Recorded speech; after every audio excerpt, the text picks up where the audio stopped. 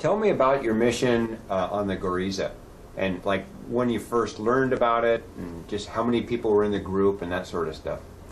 Well, as best of my recollection, there were 6 of us from the 301st Bomb Group, 6 planes. We were loaded with 2 3,000-pound armor-piercing bombs. And we were to fly to, had located the Goriza, which was the largest Italian battleship, and the North Sounds of Sardinia. And so we knew where that was. It was way up at the very northern points. So we flew up and came around and we located it, as you saw by the pictures, because it had the anti-submarine nets around it. And so we came in. I can't tell you what it was. I think it was sometime around 27,000. And came in and destroyed it because the bombs were hitting so close that they just caved in the hulk, and I think a couple of them really banged into it, and it sunk. And for that, we received the presidential citation. Our unit did, the 301st. And so that's that what it sits over here, that presidential citation unit. Yeah. Yeah. Oh, that's neat. Wow. Okay. That's the kind of stuff I wanted to cover today. Okay. Well, you're talking about Yuma. After I had a month off in doing my so-called lecturing tours, I received orders to report to Yuma, Arizona for reassignment. And I didn't know anything about Yuma at the time, but I thought, oh, gee, I don't know for sure what. I hope it is the B-29 transition school. I remember thinking, I don't want to go to B-29s if I don't have to. So anyhow, I went to Yuma and checked in and was assigned to the training department under a Colonel Minnis, and he became a good friend, and he decided that with my experience, et cetera, that I should become the base operations officer, and I would be in charge of all the planes coming and going into the base. And secondly, I would be in charge of all the training regarding the airplanes. And his other assistant deputy training director at that time was in charge of the training, which was gunnery training, and we used B-17s to fire at targets towed by fighters, and to record the hits and things like that, because they used a color combination of which guns were used, and that color came off on the sleeve, so you could see who was doing the hitting. And so that didn't have anything to do with that, but they asked us to train with the recruits. The recruits were mostly all sergeants and tech sergeants that had volunteered and wanted to go to this training. And so you got to get into, we had skate shooting and upper and lower casts, and we had to ride a flatbed truck with a shotgun firing at birds that come up, are tripped by the truck going by, they trip a bird going here, you fire at them. So we had to learn, I didn't have to learn that, but it was good. I enjoyed that because it was a lot of fun. You did it maybe 3 times a week, a different type of thing. And in order to increase the proficiency of the pilots, it was my job to see that we didn't have any accidents and that we didn't have any major problems. So, as an operations officer, I controlled the traffic in and out of the field, and as such, I set up a training session for the new pilots that I felt needed a little more help, and that was hit within landing a 60-yard spot. They had to get their wheels down in 60 yards. And boy, they did. They really did. Yeah, it was good. It was nice to sit up in the tower and watch them do that, and then you congratulate them and all that kind of stuff. Or you missed, and you got to do it again, and yeah. Right. But on weekends, on Saturdays, my job was mainly to patrol and monitor the incoming and outgoing traffic, because we didn't do any work, any training. So the main thing, we were the stopping off place for all these bases into as far as Texas even, and Arizona, coming in to Yuma in order to gas up in order to get to LA, San Francisco, wherever they wanted to go. So my job was to say, okay, you guys, it's time to go, or you can go, or you can't go. Well, I just told a lot of guys they couldn't go because it wasn't good weather. Right. So they look at me and wonder, and all at once they figure out that they talk to somebody, and one of my men there tell him, well, he's back from combat, so you better behave. So anyway, I got along very well doing that, and I monitored the amount of gasoline that was taken by transients. It was amazing how much gas they took of our supplies. Really? Wow.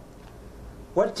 And tell me a little bit about how you met up with Rickenbacker and how you got the job transferred. Tell me about getting your orders and kind of how that all went down. Well, I was called to the colonel's office, and I thought, now what have I done? You know, and he told me he wanted to have a parade for me to receive the air medals, and I said, that's fine, then, okay. And so he said, but I also received a letter from Eastern Airlines for an interview for whoever I might select to go to Denver to meet with Eddie Rickenbacker. And I says, oh, yeah, what about? He says, well, it's the airlines. They want to know if you'd like to fly. They're looking for 4-engine pilots with combat experience. I said, sure. So I took off with an AT-6 and flew up to Denver from Yuma, and went in for an interview with Rickenbacker, and gee, I can't remember the other fellow's name, but I think he was the chief pilot, maybe. Anyway, they asked a lot of questions, and my experience and all of that, and how I liked the 4-engine planes, and I just said they were the safest ones I knew. And anyway, as a result, about a week later, I received the information. My colonel called me and said, you've been accepted, and when would you like to go? And I says, well, my son's going to be born here in about another 3 weeks. I kind of like to stay until after that happens. He says, you got it. So that way I was able to have Rob born at the air base, and then I went up and I was discharged at Fort Lewis. And so when I was discharged, they go through you with like a razor. What they do is they want to be sure that nothing is going to occur that's going to be a result of some injury or something like that you may have received in combat or while you're in service. So I had to go through all that complex before they granted me a discharge, and I was discharged to the reserves. And I was then allocated to go to Miami, Florida. And my uncle, who I was a pharmacist mate in World War II, was my main counselor for getting into the Air Force, because I had high blood pressure, and he gave me something to take that brought it down to where I wasn't worried about it anymore, and that was fine. But anyway, I'm trying to think what I started to say something about. Oh well. Overall, I mean, when you look back on it. Yeah. Well, overall, it was a good life, but on my way to, on my way to the United, on my way to Eastern in Miami. Yeah. My uncle, who I just told you about, lived in Portland and said, well, why don't you just buy a trailer house up here and take with you? And I thought, oh, that's a pretty good idea. We can sleep on the way and all that. Bad decision. Bad decision. I bought this trailer house, right, 18-footer, drug it all the way from Coos Bay to Miami, Florida, had 7 blowouts, none on the car, because I had a new Plymouth, a brand new 42 Plymouth that was given to me by a grateful Dodge dealer for his cost, which at that time was like $420, and retail for like $1,300-1,400. So anyway, I had a brand new Plymouth. We drug it across the down there, put it up in a mobile court. I had a great time, except finally I found out that I could have bought a much better and much bigger one down there already set up for about 1/2 the price. I thought, oh God. So then I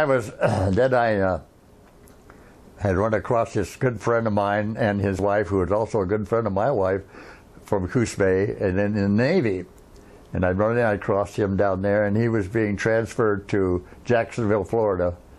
And so my wife begged me to transfer to Jacksonville so she could be up there, and I thought, well, why not? So I transferred to Jacksonville, and we were there for a year, and still flying for Eastern, and they were transferred out. A short time later, they were transferred out. So we were there. We decided to stay there until I thought, oh, I'm not going to do this anymore. This is too much. And that was mostly the DC-3. What plane were you flying? DC-3s, yeah. Yeah. Hmm. Yeah, and they were very stable, very good plane, easy to handle, a lot of reliability.